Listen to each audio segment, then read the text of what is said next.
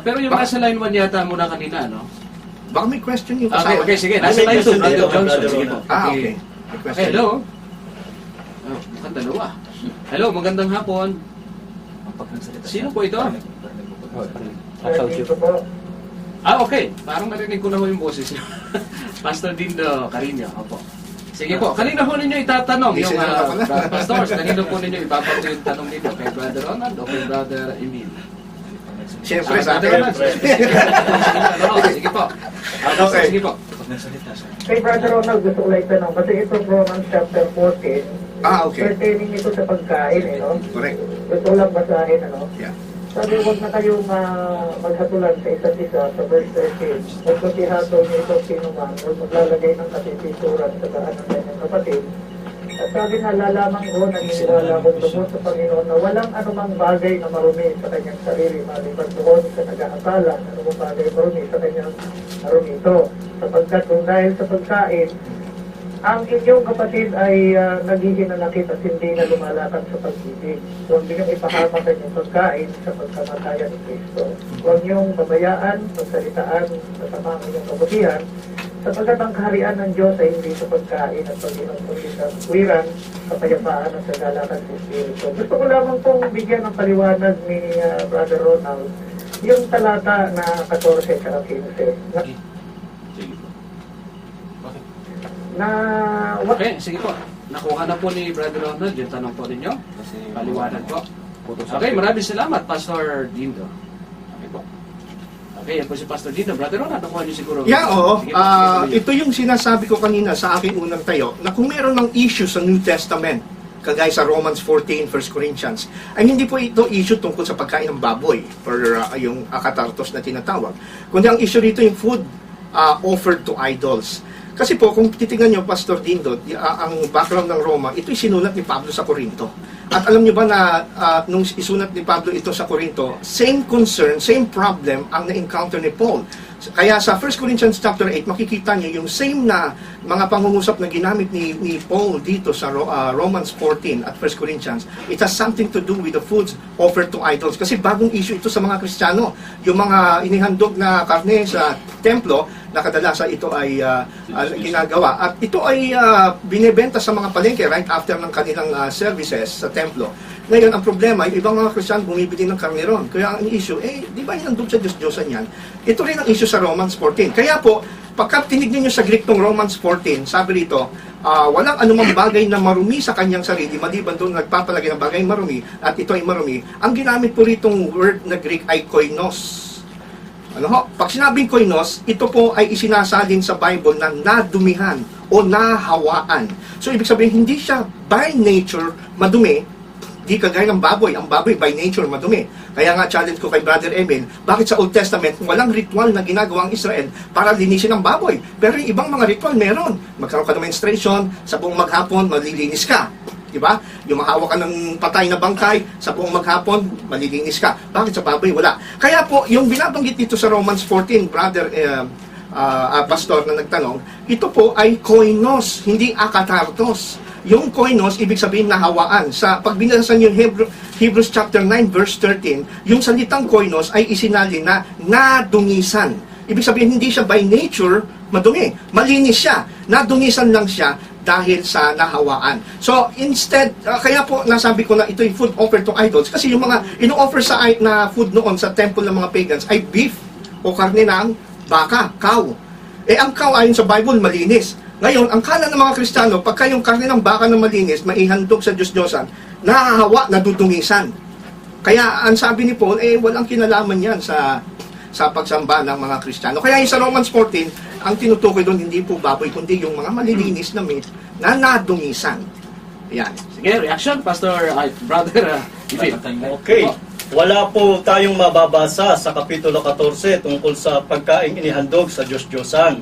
Kung babasahin po natin ang buong konteksto, ito po ay tungkol sa katitisuran, na dapat ang pagkain ay hindi magiging katitisuran sa mga Kristiyano. Pansinin niyo po yung talatang 1 hanggang talatang 2, ito po yung pinagmula ng konteksto Datapat ang mahina sa pananampalataya ay tanggapin ninyo, hindi upang pagtalunan ang kanyang pag-aalinlangan. may tao na may pananampalataya na makakain ng lahat ng mga bagay.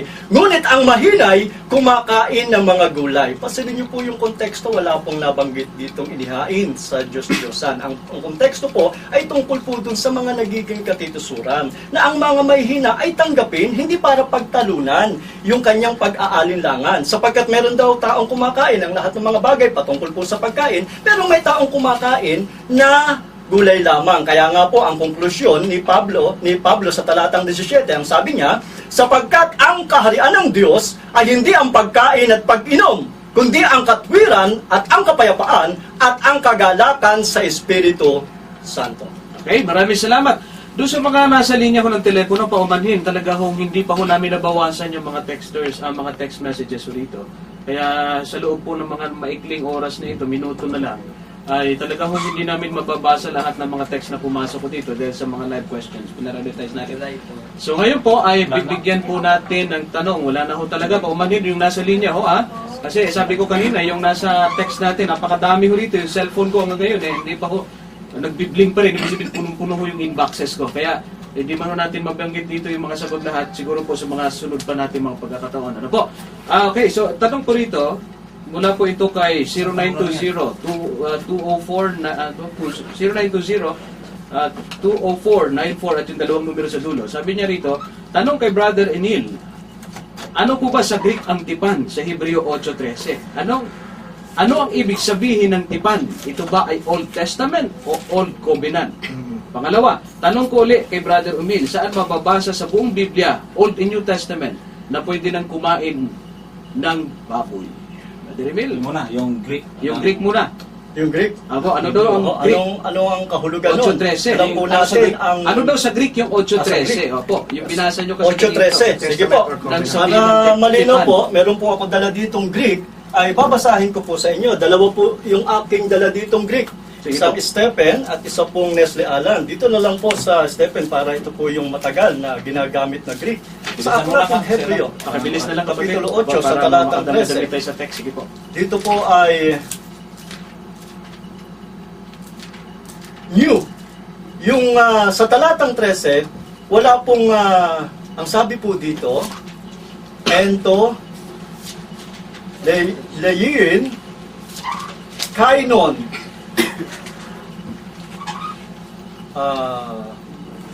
Yung tipan na lang. Tipan. Wala pong nakalagay po ditong actually tipan. Meron pong nakalagay dito, first proton.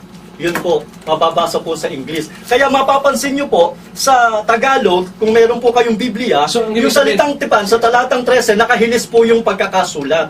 Ibig sabihin, wala po yan sa wikang Grego. Ay, pangalawa pong tanong niya ay ano daw, pangalawang tanong niya, saan sa Biblia, sa Old and New Testament, na pwede nang kumain ng baboy? Meron po ba? Hindi, rin. Kaya pa rin yata yung tinatanong po. Sa Biblia, Pwede lang hindi, kumain. oo.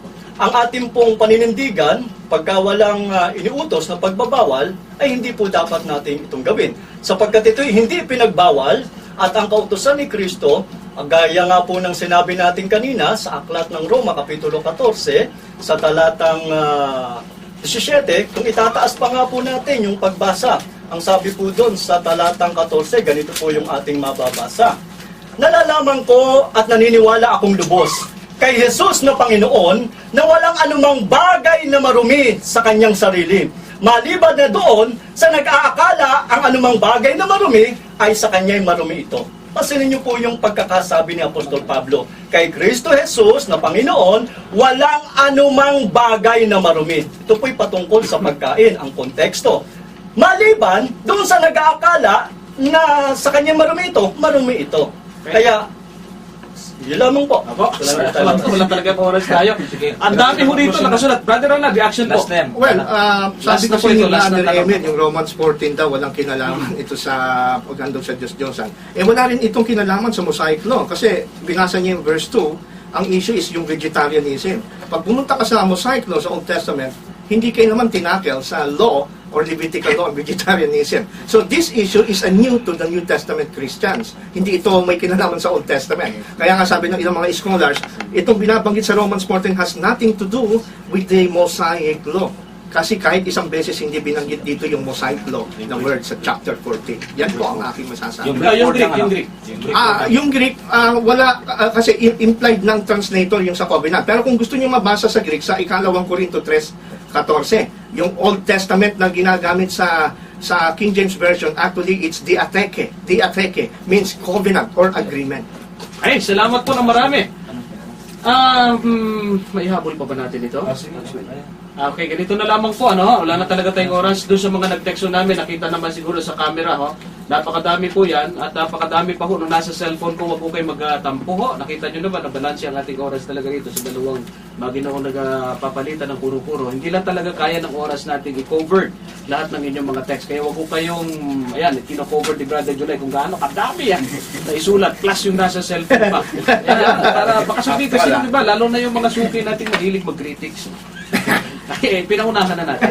So, ngayon po tayo pinadako na. May mga announcement na ngayon po sa si Brother Johnson. Sa June 27, Pastor Dindo versus Cameno sa Arcillas. So, sa June 27. Meron pa tayong third, di ba? Sa radyo meron tayong third pa. At yun po, tungkol sa usapan. ikapo. Okay, sige, pag-usapan natin mamaya siguro. Tapos sa July 4, Brother Jerry and Pastor Dindo, yung tumawag sa ating kanina. Ito naman ay, ang aming paksa ay alin ang tunay na born again. So yan po ang ating i-resolve sa Arcillas po yan. Kung nabitin mo kayo dito sa radyo, sa Arcillas, walang oras doon pa. Maramang mahaba-habang oras. So tayo po ay dumako sa ating panghuling pananalangin. Brother Johnson, pwede mo bang kayo na ang Brother Johnson. closing prayer? Oo, sa closing prayer. Para marinig naman yung boses mo. Oo Nasaan nga, na yung oo. extra natin dito, Brother Johnson. Pray na natin. Sige, kapatid, ikaw na rin siguro ang mag-close. Sige. Okay, tayo po ay manalangin. Sa oras na ito, Panginoon, nagpapasalamat po kami at inyo po kaming niloob na magkaroon ng maayos na pag-uusap. Na po ang mga katotohanan na amin pong inihayag sa kahanginan, ito po ay naging kapakinabangan sa aming mga tagapagsuri. Yes, Lord. At ingatan po ang bawat isa sa amin, sa aming pag-uwi, ganun din aming mga kaibigan, bisita sa oras na ito. Salamat ng marami, Pag Diyos, sa inyong patuloy na paggabay sa amin. Ito ang aming dalangin sa Panginoon ng Jesus. Amen. Amen. Amen. Bro, pakunin kayo ng mo. God bless. Thank you for coming, ha? God bless. Maganda sport ang talaga yan. Maganda yung pag-uusap. Bitin talaga sa radyo. Caller eh. 0929. Malamang sa Pwede na ako magsalita. Sayang. Pero salita, Jeff, bati mo na. Misis mo, bati mo. Sa himig po ng meeting Communicate Love, yan po yung team song ng Central Luzon Conference at ng General Conference ng Seventh-day Adventist. Sa pangalan po ng buong programa Kapiling sa Ilang, Brother Johnson Amican, Brother Ronald Domindos, at naging kagapay po natin sa mga linya ng telepono, sila Sister Wani, si Sister Jen, Brother Bressy, at ang naging kasama po natin sa ating pong camera, Brother July Tumarlas, at ilang mga bisita namin. Kami po ay nagpapaalam at nagpapasalamat sa inyong walang sawang pagsubaybay. Ito po ang inyong lingkod kay Cristo, Brother Jerry Sevilla. Magandang hapon po. Palagi po tayo. Yan sa labas. Ito pa pangatlo. Ito. Pangatlo. Gusto ko muna i-confirm pa paniniwala sa amin. Kasi sa amin hindi na gusto nito. Okay. Pwede pala. Let's panetang ka talaga. Pero malamang sa Arcillas tayo.